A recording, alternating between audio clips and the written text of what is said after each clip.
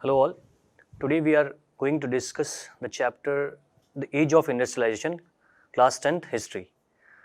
Age of Industrialization is a chapter which is related to the industrialization phase both in Britain and in India in 18th and 19th century. This chapter starts with the concept of how industrialization has emerged in different phases in India and Britain. In first section, we are going to see that the main industrialization phase was started in Britain before the 17th century, before the middle of the 17th century. So, starting from the 17th century and till the early 19th century, we are seeing different phases of industrialization in Britain and India. First started with Britain, we have seen different development, different phases of production limited to cotton industries and iron and steel industries. In second section, we are going to discuss how these two industries, especially cotton industries, affected Indian viewers and Indian industries when British goods comes to in India. So starting from the content of this chapter, we are going to discuss what all we have discussed in this chapter. So in first section, we are going to discuss with an example comparison between two eras. First, a modernized section starting from the 19th century, and second, how Eastern countries approach to these modernization. First section of this chapter contains system of production. System of production, that means system of production before industrial revolution, यानी कि कैसे development का जो phase है पहले mechanisation से start हो रहा है ब्रिटेन के अंदर, और ब्रिटेन में उस समय किस तरीके से जो डेवलपमेंट है कॉटन इंडस्ट्रीज का डिफरेंट फेजेस के थ्रू उसमें कैसे चेंजेस हुआ starting from 18th century till 19th century. In second section of this this lecture, we are going to discuss the new age technologies. जो टेक्नोलॉजीज इवॉल्व हुई उस समय industries में, specially in cotton and iron and steel, उनका क्या role रहा, क्या उन्हें एक्सेप्ट किया गया या उनको एक्सेप्ट नहीं किया गया ओवर हैंड और manual labour industries. In second section, we are going to discuss industrialization in colonies. India या इंडिया के जैसी जो कॉलोनीज ब्रिटेन के थी उसके अंदर क्या चेंजेस हुए, वहां पर कैसे जो है ब्रिटिश गवर्नमेंट ने अपने जो डिफरेंट सेक्शंस हैं इंडस्ट्रीज के उनको कैसे अप्रोच किया, कैसे इंडियन मर्चेंट्स को कंट्रोल किया. And then second last section में we are going to discuss new factories which was started in India and contemporary. हम देखेंगे जो न्यू एंटरप्रेन्योर्स थे, जो एंटरप्रेन्योर्स उस समय इंडिया में थे, जिन्होंने स्टार्टिंग की फैक्ट्रीज की इंडिया में parallel to the British system या ईस्ट इंडिया कंपनी के साथ, वो हम थर्ड सेक्शन में डिस्कस करेंगे. So move on to our first section. We discuss how the first system or how the concept of industrialization is going to take place in next slide. So here we have a comparison. We have a comparison with this diagram. हम यहाँ देख सकते हैं कि यहाँ एक comparison दिया हुआ है. First, in first section of this diagram, there is a person जिसको हम अलादीन या अलादीन के चिराग या अलादीन की जो स्टोरी हम देखते हैं उसे एम्फेसिस किया गया है. एंड साथ ही में यहाँ पर दिखाया गया कैसे डेवलपमेंट इन मिडिल ईस्ट और ईस्टर्न कंट्रीज जो है इंडिया, चाइना या जो जापान जैसी कंट्रीज है, वहाँ पर किस तरीके से डेवलपमेंट या इंफ्रास्ट्रक्चर बन रहा है उसका एक कॉन्सेप्ट बताया गया है. नीचे जो एक सेक्शन दिया हुआ सेम सेक्शन में एक मैकेनिक को एम्फेसाइज किया गया एंड मैकेनिक के साथ जनरेट किया गया डिफरेंट जो मार्वल्स उस समय डेवलप हुए, like Eiffel tower we can see इधर, हम ब्रिजेस देख सकते हैं, मल्टी स्टोरी बिल्डिंग्स या स्काई स्क्रैपर्स देख सकते हैं. और मैकेनिक की जो हार्डवर्क है, यहाँ पे लिखा हुआ Chicago numeric tools, that means कि जो हार्डवर्क मैकेनिक कर रहा है या इनोवेशंस जो डेवलप हो रही हैं अर्ली 19th सेंचुरी में, उसके डेवलपमेंट के थ्रू वेस्टर्न कंट्रीज डेवलप कर रही हैं, स्पेशली यूरोप डेवलप कर रहा है या अमेरिका डेवलप कर रहा है. तो there is a comparison.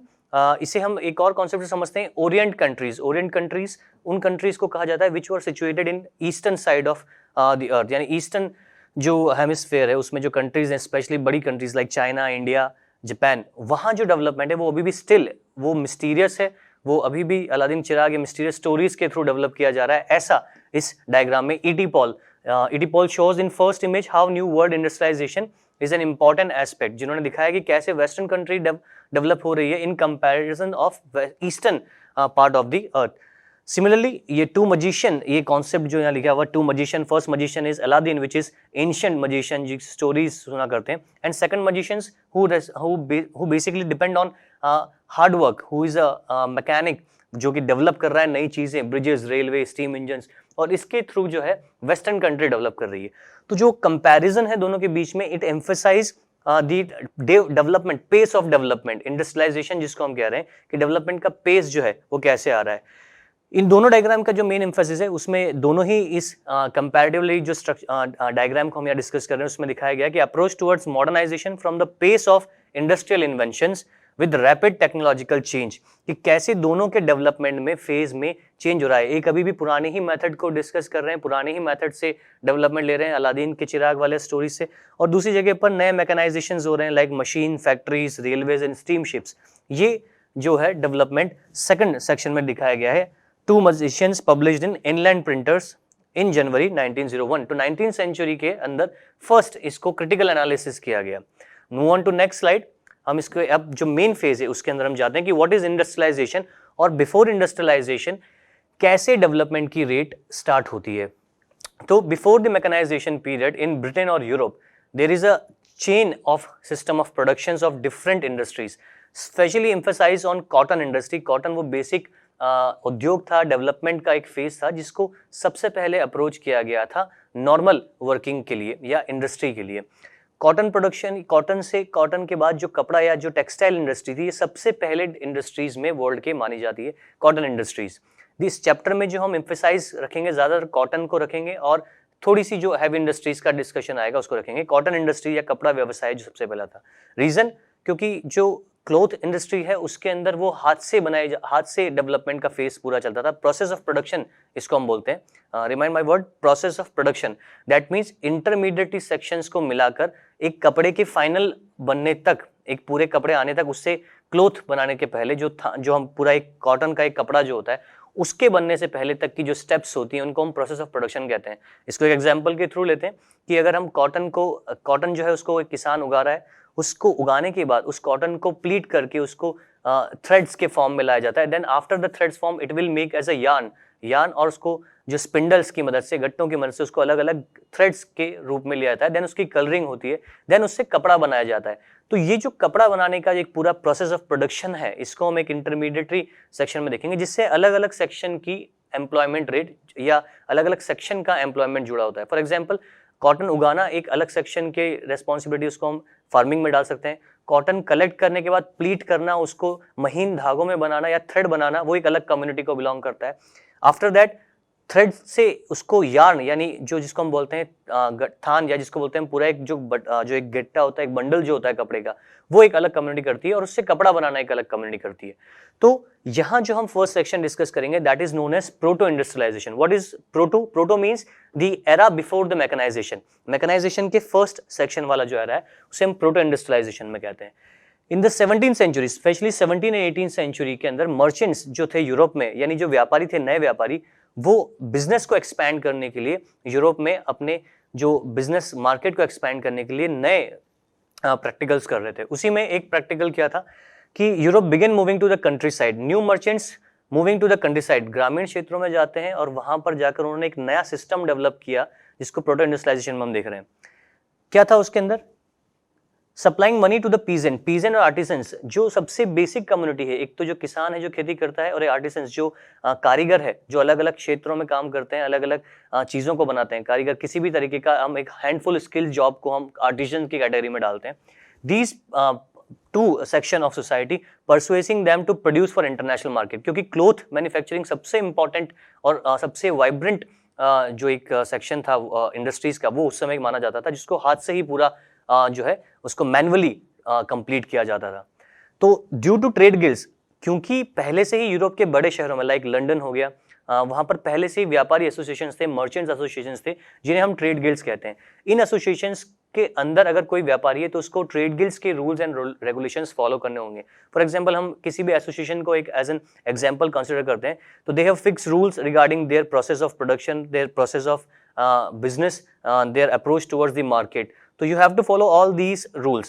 So new merchants doesn't find it easily to approach trade guilds and started their business within London.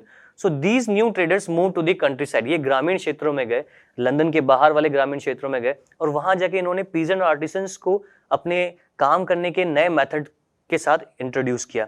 First इन्होंने starting from the collecting cotton from the agriculture land till the making thread और yarn, इस पूरे system में इन्होंने piece and artisans को use किया by giving them advances. सबसे पहले उनको पैसा दिया जाता था। ट्रेड गिल्ड्स वर एसोसिएशंस, जैसा मैंने बताया, trade guilds were association of producers that train crafts people, maintain control over the production, regulated competition and prices. तो ट्रेड गिल्ड में रहकर न्यू मर्चेंट्स जो थे यूरोप में वो काम नहीं कर पा रहे थे, इसलिए they started a new system. They approach towards the rural side, they move to the country side, और वहां जाके पीस एंड आर्टिसंस को इन्होंने अप्रोच किया। Similarly, rules granted different guilds the monopoly to right to produce and trade in specific products. It was there difficult for the new merchants to set up business in town and they turn to the countryside. तो अभी तक जो हमने सीखा वो जो समझा है उसमें यही है कि जो ट्रेड प्रोटो इंडस्ट्रियलाइजेशन, ये वो फेज है जिसमें मैकेनाइजेशन से पहले का सिस्टम है प्रोसेस ऑफ प्रोडक्शन का। Moving to the next section, हम इसमें डिस्कस करेंगे कैसे ये आगे बढ़ता है। What happened when factories come up. तो प्रोटो इंडस्ट्रियलाइजेशन का जो फेज है इसके अंदर जो मेजॉरिटी में हम बात कर रहे हैं वो सेक्शन, इसमें हमने देखा कि कैसे जो वर्किंग है वो प्रोटो इंडस्ट्रियलाइजेशन फेज में गांव में गई। लेकिन जब ये सिस्टम बहुत वेल कनेक्टेड फॉर्म में चल रहा था, तभी न्यू मैकेनाइजेशन या न्यू इन्वेंशंस की वजह से या फैक्ट्री सेटअप की वजह से लंदन के अंदर और ज्यादा ट्रेड गिल्ड्स स्ट्रांग होते गए और ज्यादा मर्चेंट्स स्ट्रांग होते गए। यहाँ हम देख सकते हैं एक फैक्ट्री का जो फोटोग्राफ दिया हुआ है, लैंकशायर जो एक टाउन है, cotton mill painted by CE Turner. ये कॉटन मिल का एग्जांपल हम यहाँ देख रहे हैं जहां पर मैकेनाइजेशन वे में सबसे पहले यानी मशीन की सहायता से या न्यू मेथड की सहायता से कम मैनुअल लेबर में काम ज्यादा हो रहा है और लेबर कम एक्वायरमेंट। हम इस कॉन्सेप्ट को बिल्कुल इस तरीके से समझ सकते हैं कि जब भी कोई मैकेनाइजेशन होता है या जब भी कोई इंडस्ट्रियल पेस ऑफ डेवलपमेंट चलता है तो there are less demand of labour, manual labour, यानी हाथ से काम करने वाले कारीगरों की जो जरूरत है वो कम होती है और जो प्रोडक्शन है, पेस ऑफ प्रोडक्शन है वो बढ़ जाता है। तो यहाँ पर हम इसको एक कॉन्ट्ररी रिलेशन मान के चलेंगे पूरे चैप्टर तक कि when there was a large labour then there is no need of mechanization, जो 18th century की हम बात कर रहे हैं। and when there was a large production by machine there is less demand of labor, that means unemployment बढ़ेगा, labor की जरूरत जब नहीं है, लोगों की livelihoods जाएंगी। इसको हम कनेक्ट करके चलेंगे पूरे चैप्टर में। तो when new factories comes up in Britain and got rapid pace in 18th century, ये सबसे पहला डेवलपमेंट की जो ब्रिटेन है या लंदन जो है उसके अंदर जो लैंडस्केप है वो तेजी से मैकेनाइजेशन या इंडस्ट्रियलाइजेशन की तरफ बढ़ रहा था। The first symbol of this new era was cotton. सबसे पहले मैकेनाइजेशन जिस इंडस्ट्री में आया वो था कॉटन इंडस्ट्री या डेवलपमेंट ऑफ कॉटन एरा। यानी कॉटन एरा इसलिए क्यों कह रहे हैं क्योंकि सारा मैकेनाइजेशन एक ही इंडस्ट्री में आया। सबसे पहले जो इन्वेंशंस किए गए that is centric to the development of cotton और textile industry. In 1760, so first of all 1760 Britain was importing 2.5 million pounds of raw cotton. Britain पूरे दुनिया से या जहां उसकी कॉलोनीज थी वहां से कच्चा कॉटन या रॉ मटेरियल के रूप में कॉटन को इंपोर्ट कर रहा था फॉर देयर प्लांट्स, उनकी जो भी छोटे मोटे सेटअप। इसको हम समझ सकते हैं कि in early 17th century there were not that much industrialisation in factories, पर जो भी फैक्ट्रीज का सिनेरियो डेवलप हुआ था उसमें कुछ स्टार्टिंग मैकेनाइजेशन की हो चुकी थी। Then importing 2.5 million pounds of raw cotton, इसकी पेस को हम इस डिफरेंस से देख सकते हैं कि ओनली इन 27 ईयर्स ये डिमांड जो है इन फैक्ट्रीज के एक्सपैंड होने से अलग अलग जगह पर 22 मिलियन हो गई। That means almost double of that requirement, double से भी इसको हम बोल सकते हैं कि 20 मिलियन का इजाफा हो गया। दैट मीन्स कितना ज्यादा लेवल पे फैक्ट्रीज का सेटअप लंदन में होने लगा, स्पेशली मैनचेस्टर और लैंकशायर जैसे शहरों में। तो जब फैक्ट्रीज का एक्सपेंशन हुआ तो that means there is a less demand of man और हैंडफुल जॉब, यानी कि लेबर जो पहले पीस एंड आर्टिसंस को जो काफी मात्रा में काम मिल रहा था वो अब कम होने लगा क्योंकि फैक्ट्रीज के अंदर नए प्रोडक्शन की पेस डेवलप हो गई, पेस ऑफ प्रोडक्शन जो है वो एक्सपैंड होने गया। Move on to second section, कैसे इसको रिलेट करेंगे हम दोनों सेक्शन के अंदर कि अगर इसको हम देखें कि जो दोनों ही कंपैरिजन है उसको हम नेक्स्ट स्लाइड में बात करेंगे कि जो कंपैरिजन में है what supported this new age was series of new invention. क्यों ज्यादा कमी होती जा रही थी लगातार मैनुअल लेबर में या हाथ से काम करने वाले जो कारीगर हैं, पीजेंट या आर्टिसंस हैं, उन वो जॉबलेस क्यों होते जा रहे थे। इसको हम बहुत ही एक कॉमन कॉन्सेप्ट से समझेंगे जो बहुत ही सिंपल कॉन्सेप्ट है कि जब तक कंप्यूटराइजेशन या हम बात करें इंफॉर्मेशन टेक्नोलॉजी या कंप्यूटर सिस्टम्स का जनरेशन नहीं हुआ था, ज्यादातर काम जो है वो हाथ से किया जाता था। दैट मीन्स अगर आपको एक अकाउंटेंट भी रखना है जो कि आपके लिए पूरा आपके अकाउंट बैलेंस शीट को मेंटेन करेगा, that you have to hire a person who maintain all that record for you. When you get new technology, computer as your computer source as your technology, you have a software tally जिसके अंदर आप सब कुछ manually insert कर सकते हैं। तो आप 4 या 5 जनों का अकाउंटेंट्स का काम आप एक व्यक्ति को दे रहे हैं जिसने उस सॉफ्टवेयर को सीखा है और वो उसके अंदर एंट्री कर रहे हैं। सिमिलरली हम इसको कनेक्ट कर सकते हैं ओल्ड मेथड में कि when factories are expanded enormously, तो there is less need of human labour और human system of producing of cotton. तो वहां पर एक जो सबसे बड़ा फैक्टर आएगा वो आएगा अनएम्प्लॉयमेंट जो है वो जनरेट होने लगता है ब्रिटेन के अंदर। The process of production, that means जैसे कि हमने बात की थी सबसे पहले, प्रोसेस ऑफ प्रोडक्शन यानी कि जो कॉटन एक कपड़ा बनने के पहले तक का जो प्रोसेस है, carding, twisting and spinning. Carding means thread बनाने तक का जो प्रोसेस होता है, थ्रेड बना के उसको जब आगे हम ले जाते हैं, different threads are assigned to make a cloth. Twisting and spinning and rolling, this is known as process of production. Richard Arkwright ये वो व्यक्ति थे जिन्होंने सबसे पहले एक सिंगुलर थ्रेड, पहले एक थ्रेड जो है उसको एक सिंगल हैंडल से घुमाया जाता था, एक व्हील से, और एक समय पर एक ही थ्रेड या एक ही गट्टा जिसको हम बोल सकते हैं धागे का बनाया जा सकता था by spinning a wheel. Like इसको हम एग्जांपल सकते हैं like Gandhi ji spinning a charkha, that is a similar method to spinning a wool और स्पिनिंग अ कॉटन। उसी को रिचर्ड आर्कराइट ने एक मैकेनाइज्ड वे में वाटर फ्रेम या कॉटन मिल का उन्होंने जो इजाद किया, Richard Arkwright created the cotton mill, the output per worker. तो इसमें स्पेशल क्या चीज थी कॉटन मिल को, जैसा हम यहाँ पर इस डायग्राम के थ्रू देख सकते हैं कि कॉटन मिल के अंदर एक व्हील है, उस व्हील के साथ वाटर के फोर्स से इसको चलाया जाता था और इसके अंदर एक समय में काफी ज्यादा गट्टे एक साथ बनाए जा सकते थे, थ्रेड्स को बनाने का प्रोसेस ज्यादा हो गया। When you have many threads in making in a single time, you have more time to make a cloth. तो एक साथ जब ज्यादा थ्रेड्स या ज्यादा थ्रेड्स को बनाने का प्रोसेस स्टार्ट हो गया तो आउटपुट पर वर्कर जो है वो बढ़ गई, यानी कि अब एक ही बिल्डिंग के अंदर आप थ्रेड्स बना सकते हो और उस थ्रेड से उस थ्रेड से आप क्लोथ को मैन्युफैक्चर कर सकते हो। The output per worker enabling each worker to produce more. Now one man needed to supervise all the process of making thread, जो कि थ्रेड के लिए पहले एक ही, ज्यादातर महिलाओं के घर ये काम हुआ करता था थ्रेड बनाने का। जब कॉटन को एक्सट्रैक्ट कर लिया जाता था उससे पतले धागे या रेशे बनाए जाते थे और उससे थ्रेड यानी गट्टा एक तैयार किया जाता था जो स्पिंडल उसको बोला जाता था, स्पिंडल से उसको तैयार किया जाता था और बाद में उस स्पिंडल को यूज किया जाता था कपड़ा बनाने के लिए। एक पूरे व्यूइंग पर्सन जो होता था, एक बुनकर सोसाइटी जो होती थी, वो अपने लकड़ी के सेटअप पे अलग अलग गट्टे को लगा के उससे कपड़ा तैयार करती है। जैसे बनारसी साड़ी का हम एग्जाम्पल ले सकते हैं जो हाथ से बनाई जाती है, या कोटा डोरिया साड़ी का हम एग्जाम्पल ले सकते हैं जो हाथ से बनाई जाती है। तो रिचर्ड आर्कराइट के इस इन्वेंशन के बाद मैनुअल लेबर जो है वो कम की जरूरत पड़ने लगी, लोगों का एम्प्लॉयमेंट जाने लगा, फैक्ट्रीज के अंदर जो है ज्यादा प्रोडक्शन होने लगा। तो ये कॉन्ट्ररी दोनों ही चीज जो है एक साथ चलती रही। तो इन इन्वेंशंस की वजह से और किस इंडस्ट्रीज में क्या इफेक्ट आया, we are seeing into the next slide. उसको हम चेक करते हैं कि क्या और डिफरेंट सेक्शन में हम यहाँ पर देखेंगे। तो इस प्रोसेस के अंदर हमने देखा रिचर्ड आर्कराइट का invention. Now moving to the next slide में हम जाएंगे कि इसके अंदर क्या और हम देख सकते हैं। तो पेस ऑफ इंडस्ट्रियलाइजेशन के अंदर जो हमने देखा कि जितना भी डेवलपमेंट हुआ उसको हम कनेक्ट करेंगे कुछ डिफरेंट पॉइंट से। पहला, expansion of cotton and iron steel. दो इंडस्ट्रीज में सबसे ज्यादा जो है एक्सपेंशन हुआ, सबसे ज्यादा डेवलपमेंट हुआ, पहला कॉटन और दूसरा आयरन स्टील। इनके अंदर कुछ और इन्वेंशंस भी थे जो स्पेशली टारगेटेड थे इन दोनों इंडस्ट्रीज के लिए। जैसे कि हम स्टीम इंजन की बात करते हैं, स्टीम की पावर से जो है मशीनरीज को मूव करना या स्पिंडल्स को या व्हील को घुमाना ताकि थ्रेड जो बनाने की स्पीड है वो ज्यादा तेज की जा सके। तो cotton and iron steel was the foremost industries in Britain till 1840. With the expansion of railways, this demand of iron and steel was also enhanced. Like India जो एक कॉलोनी थी ब्रिटेन की, जब वहां पर भी ये टेक्नोलॉजीज पहुंची, स्टीम इंजन पहुंची, तो और ज्यादा डिमांड जो है इंपोर्टेड गुड्स की बढ़ गई। ठीक है, दैट मीन्स कि दोनों ही जो टेक्नोलॉजी है वो कंटेम्पररी थी, एक उसको एक्सपैंड कर रही थी, एक पेस ऑफ प्रोडक्शन को बढ़ा रही थी। Second, only 20% of industrialisation. But ऐसा नहीं है कि जो न्यू इन्वेंशंस थे या न्यू मैकेनाइजेशन थे उससे तुरंत सिनेरियो चेंज हो गया, सभी लोगों ने फैक्ट्रीज को अपना लिया, सभी लोगों ने तुरंत इन्वेंशंस को अपना लिया।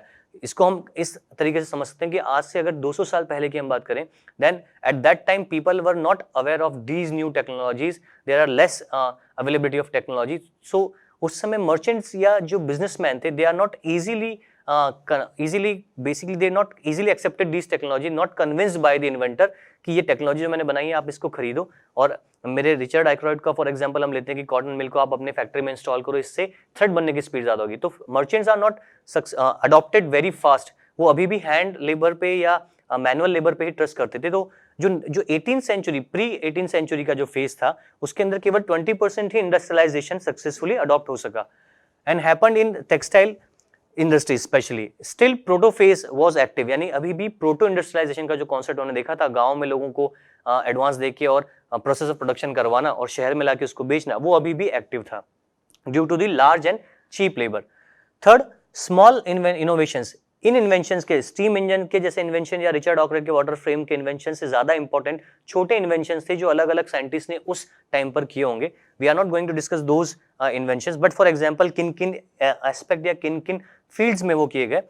Small inventions like food processing, building, portray, glass work, छोटे छोटे जो सेक्शंस थे जो कि सपोर्ट इंडस्ट्री जिसको हम कहते हैं कि जैसे फर्नीचर हो गया जिसके लिए हम टिम्बर ले रहे हैं उससे बनाने का काम हो गया, या सेरेमिक इंडस्ट्री हो गया, टैनिंग इंडस्ट्री यानी कि कलरिंग की जो इंडस्ट्री होगी, furniture making were for major attractions of development beside steam powered machinery.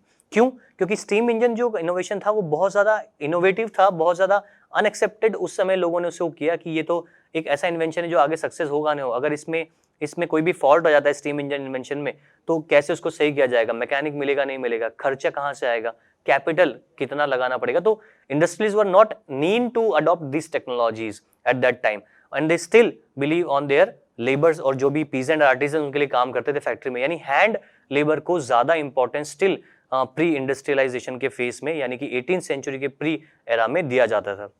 Fourth, new technology was expensive. This is the important point जो हम डिस्कस कर रहे हैं कि new technology was expensive and merchants and industrialist were cautious. वो बहुत ज्यादा चिंतित होते थे कि अगर हमने अपनी फैक्ट्री में ये न्यू स्टीम इंजन इंस्टॉल कर भी दिया तो कहीं अगर ये फॉल्टी हो गया तो जो हमारा सीजन है जिसमें वर्किंग ज्यादा है उसमें काम नहीं हो पाएगा।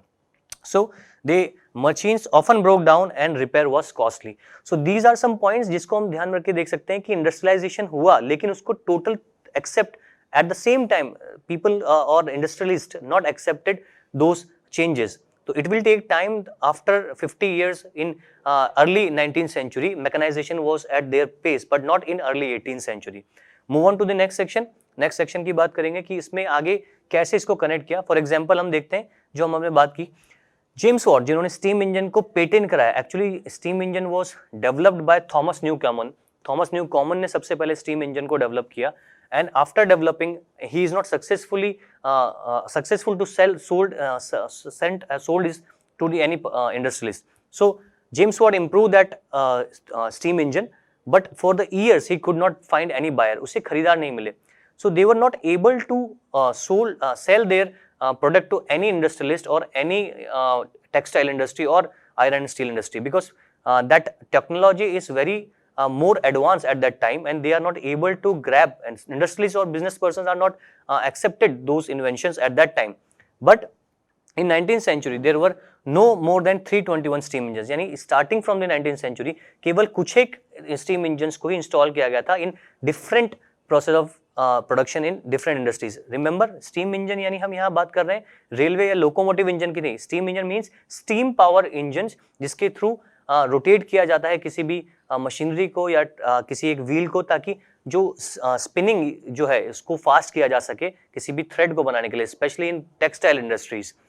All over the England of these 80 were in cotton industries and 9 were in wool industries. Especially cotton and wool industries में ही इन इन्वेंशंस को डिप्लॉय किया गया क्योंकि सबसे पहला इंडस्ट्रियलाइजेशन हमने बात की थी इन्हीं इंडस्ट्रीज में था। And the rest in the mining, canal works and iron works. तो एक जो कॉन्सेप्ट यहाँ निकल के आया वो है कि डेवलपमेंट का जो फेज था वो था तो तेज बट इंडस्ट्रियलाइजेशन को उसी समय एक्सेप्ट नहीं किया गया when it was generating its pace in early years. It will adopted after almost a century in different parts of the world, especially in Britain and after in its colonies like India. Move on to the next section. हम बात करेंगे कि और इसमें एक example हम देखते हैं कि यहाँ पर एक फोटोग्राफ है। Giant wheels moved by steam power could set in motion 100 of spindles. Spindles इसको समझने के लिए हम ध्यान रखें कि ये एक छोटा एक मूवेबल एक आयरन का एक छोटा सा जिसको हम बोलते हैं एक स्लॉट होता है जिसके ऊपर थ्रेड लपेटता है या थ्रेड को लपेटा जाता है व्हाइल मेकिंग थ्रेड। ताकि इन बड़े स्पिंडल्स को बाद में इंस्टॉल किया जाता है ऑन हैंड व्यूइंग पर्सन, जो कि हाथ से बनाने वाला बुनकर होता है, उसके जो लकड़ी का सेटअप होता है उस पर इंस्टॉल किया जाता है और बाद में वो उससे हाथ बनाता है। We are going to see that image second of this chapter. तो जिस तरीके से यहाँ से देख रहे हैं कि ये बड़े फ्लाईव्हील स्पिंडल्स को घुमाया जा रहा है for making threads, these are known as spindles, और इस पे आप देख सकते हैं थ्रेड्स जो है वो लपेटे हुए हैं। तो स्टीम पावर इंजन से इनको घुमाया जाता है ताकि जो थ्रेड है वो जल्दी जल्दी से उस पे रोटेट करके उसको बांधा जाए, और बाद में इन स्पिंडल्स को यूज किया जाता है कलरिंग के लिए, and after that colouring it will use in cloth making. तो ये एक spinning factory in 1830 early 18th century में, जहां हमने बात की कि कुछ ही इंडस्ट्रीज में इंस्टॉल किए गए थे डिफरेंट जो है स्टीम इंजन या steam power engine. Move on to the next section. जो कंपैरिजन की हम बात कर रहे थे कि why industrialist were not interested to accept new technologies, ये क्वेश्चन है जो कि पूछा जाता है कई बार कि in early era of development of pace of industrialisation why new industrialist और business persons not interested to adopt new technologies. तो यहाँ हमने कंपैरेटिव उसकी स्टडी करी कि ऐसा क्यों है या ऐसा क्यों होता था कि वो क्यों इसको एक्सेप्ट नहीं करना चाहते हैं। पहला हम एक सेक्शन में देखेंगे हैंड लेबर, क्या इंपॉर्टेंस थी आज से 200-250 साल पहले ब्रिटेन में, and second steam power. First, there was a plenty of labour, जैसा कि मैंने बात की, if there was a plenty of labour definitely यहाँ बात है कि there is less amount of wages any industrialist और any businessman wants to give to the people, क्योंकि जब उसके पास बहुत ज्यादा मात्रा में वेजेस हैं, अपने अकॉर्डिंग वेजेस दिए जा सकते हैं and people are able to work on those wages, and artisans were ready to work in low wages. तो सबसे बड़ा बिजनेसमैन यही चाहेगा कि उसको कम पैसा देना पड़े अपने एम्प्लॉयज को, तो जब ज्यादा लेबर अवेलेबल है तो कम पैसे में हायर होगी, तो क्यों एक ज्यादा बड़ी मशीनरी को लगाया जाए, कैपिटल इन्वेस्ट किया जाए बड़ी मशीनरी में जो नई है, जिसका मेंटेनेंस नहीं पता, जिसका आगे फीडबैक क्या है वो नहीं पता। Industrialists did not introduce machines that got rid of human labor and required large capital investment, जिसमें ज्यादा पैसा इन्वेस्ट करना पड़े, लार्ज कैपिटल इन्वेस्ट करना पड़े, ऐसी मशीनरी को वो अडॉप्ट नहीं करना चाहते थे। Then due to seasonal demand of labour, क्योंकि ब्रिटेन में जब डिमांड है वर्क की at that time in early 18th century and last 17th century, work जो है वो सीजनल होता था। लाइक विंटर्स के अंदर कुछ स्पेसिफिक जॉब होता है, जैसे ship building industry, after heavy snowfall जो शिप बिल्डिंग इंडस्ट्री है उसको अपना रिपेयर या मेंटेनेंस के लिए वो लोग स्टार्ट करते थे, क्योंकि जो सी एक्सपीडिशंस है वो इतना जो है ज्यादा उस समय नहीं किया जाता था, समर्स में जो है ज्यादा काम होता था। तो गैस और ब्रेवरीज जैसे कि इंडस्ट्रीज होती हैं वहां पर विंटर्स में काम होता था, तो gas and breweries and festive season industrial prefer hand labour, तो इस समय ज्यादा जॉब होती थी, लोग गाँव से कंट्री साइड से आके जॉब करते थे और इस सीजन में काम करके देन वो चले जाते। तो आफ्टर एक बिजी सीजन के बाद जब एक थोड़ा सा लूप आता है एक वर्किंग में, तो industry doesn't want to invest so much in capital industries की काम 6 महीने, तो अगले 6 महीने के लिए हैवी मशीनरी को क्यों हायर किया जाए, उसके मेंटेनेंस को क्यों हायर किया जाए।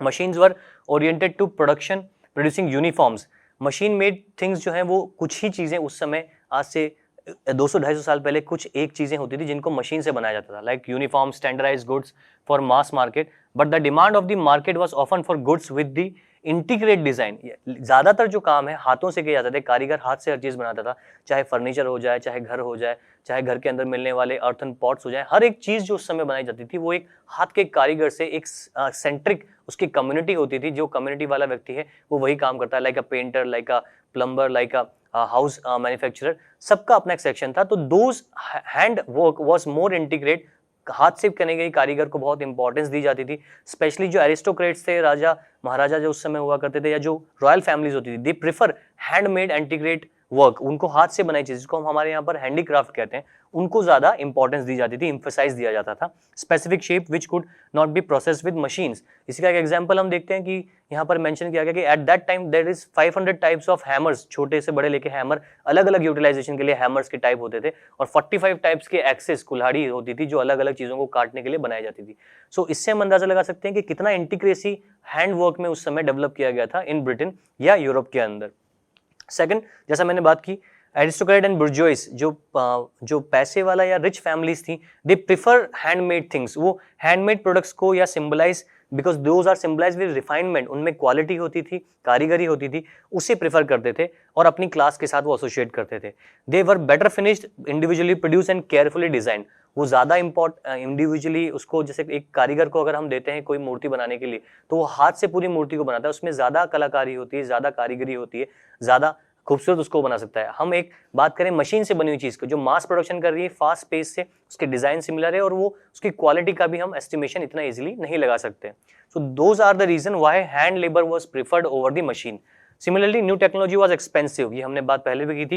New technology was expensive and merchants and industrialist were cautious. उन्हें डर रहता था कि अगर ये मशीन खराब हो गई या इस मशीन के अंदर कोई फॉल्ट आ गया तो इसको सही कौन करेगा, क्योंकि नई टेक्नोलॉजी है, उसका जो सॉल्यूशन है वो हमारे पास नहीं है। So cautious about the using of these machines often broke down and repair was costly. So these are the reason why hand labor preferred over the steam power. और इसीलिए जो पुराना टाइम है उसके अंदर इंडस्ट्रियलाइजेशन का पेस इतना जल्दी चेंज नहीं कर पाया पुराने समय को। So these are the contents in our first lecture जो हमने डिस्कस किए, the pace of industrialization. Now if there is more work or more development in any country, so definitely there will be more people eager to join any place to work and for their development. तो अगर pace of industrialisation बढ़ रहा था, London, Lancashire, Manchester जैसे शहर बढ़ रहे थे, तो रोजगार की तलाश में आने वाले लोगों का जो साइकिल है वो भी बढ़ रहा था। यहाँ हम एक और छोटा सा सेक्शन डिस्कस करेंगे कि लाइफ ऑफ वर्कर की, जैसा कि इस इमेज में देख सकते हैं कि people move from the country side to the urban areas for search of employment, चाहे वो कोई भी सीजन हो। गांव से जो है लोग आ रहे हैं काम करने के लिए अलग अलग बड़े शहरों में। रीजन ये समय 18th सेंचुरी में 1874 में this image was painted by houseless and hungry, painting by Samuel Luke Fildes, जिसमें दिखाया गया है कि due to population explosion in Britain, specially Britain के अंदर जब ज्यादा पॉपुलेशन एक्सपैंड हुई तो रोजगार के लिए बहुत ज्यादा वहां पर मारामारी होने लगी। सिमिलरली लोग मूव करने लगे कंट्री साइड से रूरल एरियाज में। यहाँ आप देख सकते हैं painting shows that homeless in London applying for tickets to stay overnight in a workhouse. लोगों के पास रहने के लिए जगह नहीं होती थी, फिर भी वो रात भर किसी ब्रिज के नीचे, रेलवे स्टेशन पे अलग अलग जगहों पर रुकते थे और अलग अलग जगह पर रुककर वो अपना जो है दिन बिताते थे, रात बिताते थे केवल काम की तलाश में। These shelters were maintained and supervision by poor law commissioners. एक अलग से कमीशन बनाया गया लंदन म्युनिसिपल के द्वारा, पुअर लॉ कमिश्नर इसको कहा गया, जो मेंटेन रखते थे इन लोगों का डेटाबेस कि कितने लोग आ रहे हैं, कहाँ स्टे कर रहे हैं, कहाँ इनको रहना है। उनके लिए फैसिलिटीज भी डेवलप की जाती थी कि इनको रोका जाए कहीं अलग से। Then for the destitute wayfarers and wanderers, कई बार इनको इसलिए भी मेंटेन करना जरूरी था क्योंकि ये घुमक्कड़ प्रजाति के लोग थे, कई बार बुनकर कम्युनिटी के लोग थे जिनको एम्प्लॉयमेंट नहीं मिला तो शहरों में आ गए। वेफेयर वंडरर्स घुमक्कड़ हैं तो इनके ऊपर नजर रखना भी जरूरी थी। Then staying in these work houses was a humiliating, तो कई बार इनको छोटे छोटे जो हाउस हैं या छोटे छोटे जिसको हम बोलते हैं कि टेम्पररी जो है हाउसेज बना के इनको एक साथ रखा जाता था। काफी भीड़ और काफी उसके अंदर उनको जो है अपनी जो लाइफ है वो बहुत मिजरेबल हो जाती थी कई बार। Everyone was subjected to medicinal examination, सभी का मेडिकल एग्जामिनेशन किया जाता था ताकि कोई डिजीज को तो कोई कैरी करके नहीं लाया। whatever they carrying disease or bodies were clean and clothes were purified and they had to be do hard labor, और सभी से बहुत ज्यादा काम कराया जाता था before they want to approach any industry in Britain, in London और मैनचेस्टर और लैंकशायर। तो लाइफ बहुत मिजरेबल थी। Move on to next section, देखेंगे कि और क्या प्रॉब्लम्स थी वर्कर्स की लाइफ में। हमने पहले भी बात की थी, when there was abundance of labour in the market it affected the lives of workers. जब ज्यादा रोजगार होगा तो वेजेस कम होंगे, लोगों को कम वेजेस में भी काम करने पर मजबूर होना पड़ेगा। Wages were low and huge competition for getting job, और जॉब के लिए बहुत ज्यादा मारामारी शुरू हो जाती है। The actual possibility of getting job depending on existing network of friends, ज्यादातर काम मिलना लंदन में रहने वाले किसी के रिश्तेदार या दोस्त या संबंधी पर निर्भर करता था, क्योंकि ज्यादा जब एम्प्लॉयमेंट अवेलेबल नहीं है और बहुत भीड़ है रोजगार के लिए तो आप डेफिनेट सी बात है आपको बिना सोशल कनेक्शंस के जॉब नहीं मिल सकती है। कई जॉब सीकर जो है रात भर वेट करते थे ब्रिजेस के, जैसा मैंने बताया, night shelters and stay home in night refuges that were paid by private individuals, और casual wards maintain by the poor law commissioner authorities, जैसा हमने डिस्कस किया था।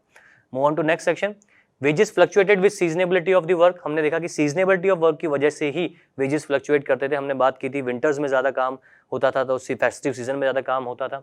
Some return to the country side, जब सीजन का काम खत्म हो जाता था तो कुछ लोग वापस अपने गांव लौट जाते थे और गांव में जो सोविंग हार्वेस्टिंग का काम है वो किया करते थे। Wages increased somewhat in early 19th century. तो life of workers were very miserable in 18th century. 19th century में जब एक्सपेंशन ऑफ इंफ्रास्ट्रक्चर, शहरीकरण हुआ, अर्बनाइजेशन हुआ, railways, roadways, canals, shipment industries develop हुई, तब लोगों की वेजेस जो है, लेबर्स के वेजेस जो है वो बढ़ना शुरू हुए। The fear of unemployment made workers hostile to the introduction of new technology. लेकिन अभी भी लगातार जो रैपिड टेक्नोलॉजी आ रही थी, अलग अलग इन्वेंशंस हो रहे थे, उससे वापस जो एम्प्लॉयमेंट जाना है धीरे धीरे खत्म हो रहा था, उसका डर था। एक और एम्प्लॉयमेंट की एक और जो यहाँ बात करेंगे हमें इन्वेंशन की, वो है spinning jenny. Spinning jenny was introduce in the woollen industry. Remember Richard Arkwright ने कॉटन इंडस्ट्री के लिए वाटर फ्रेम बनाया था। Spinning jenny was invented for woollen industry specially by James Hargreaves. Women who are survived on handing spinning, ये ज्यादातर उन महिलाओं के लिए घातक था जिनका रोजगार हाथ से थ्रेड बनाने के लिए हम मानते हैं, चरखा या स्पिनिंग करने का जो रिलेटेड है उसकी हम बात करते हैं। तो सबसे पहले इन्वेंशन ने महिलाओं की जॉब को खत्म करी। नेक्स्ट स्लाइड में देखेंगे कि क्या इसका एक्चुअली कंपैरिजन है। यहाँ हमने 2 स्लाइड देख रहे हैं। स्पिनिंग करना या धागा बनाना जो एक महिला का मेन रोजगार ब्रिटेन में हुआ करता था, और इससे एक समय पर एक ही स्पिंडल या धागा बनाया जाता था, एक गट्टा बनाया जाता था। स्पिनिंग इन 18th सेंचुरी, यहाँ हर मेंबर जो है वो इन्वॉल्व होता था प्रोसेस ऑफ प्रोडक्शन में, जैसा कि इस इमेज में हम देख सकते हैं। Notice one wheel is moving, only one spindle is manufactured. हमने यहाँ बात की जैसे स्पिंडल्स, यहाँ आप देख सकते हैं मल्टीपल स्पिंडल्स जो है जो बनाए जा सकते थे। Spinning jenny, drawing by T Nicholson, James Hargreaves ने इसको इन्वेंट किया था, जिसकी मदद से एक समय पर एक ही टाइम पर कम से कम 24 to 40 स्पिंडल्स तैयार किया सकते थे। तो एक ही समय में टेक्नोलॉजी के आने से जो एक्सपेंशन हुआ वो यहाँ पर बता रहे, 2 कंपैरेटिव स्टडी से देख सकते हैं कि एम्प्लॉयमेंट कितना जल्दी से गिरा, यानी महिलाओं के एम्प्लॉयमेंट दर ज्यादा हो गई, अनएम्प्लॉयमेंट ज्यादा हो गई, जो कि उनके घरेलू एक्टिविटी की तरह हुआ करती थी। जेम्स हार्गिवर्स ने 1764 में इस इन्वेंशन को जो है रूप दिया था। And turning one single wheel worker could set motion number of spindle and spin several thread at a same time. ठीक है, तो ये 2 कंपैरिजन हमने यहाँ देखे थे। ये दोनों ही इंडस्ट्री बताती है कि कैसे लाइफ वर्कर्स की जो लाइफ है वो मिजरेबल होगी। Move on to next slide. Life of workers, ये हमने देखा 1840 building activity intensified in the cities, जब इंफ्रास्ट्रक्चर डेवलप हुआ। लाइफ, जैसे मैंने बताया कि जब इंफ्रास्ट्रक्चर डेवलप हुए, railways, roadways, construction of houses, population expansion के साथ, तो लोगों को काम करना शुरू हुआ। Roads were widened, new railway stations come up, railway lines were extended, tunnels, digging, drainage, sewers, हर तरीके का काम जब डेवलप होने लगा अर्ली 19th सेंचुरी में, तो वर्कर्स को एम्प्लॉयमेंट मिलने लगा अलग अलग सेक्शंस में। तो लाइफ जो थी वर्कर्स की वो मिजरेबल रही है 18th सेंचुरी से अर्ली 19th सेंचुरी तक। Thank you.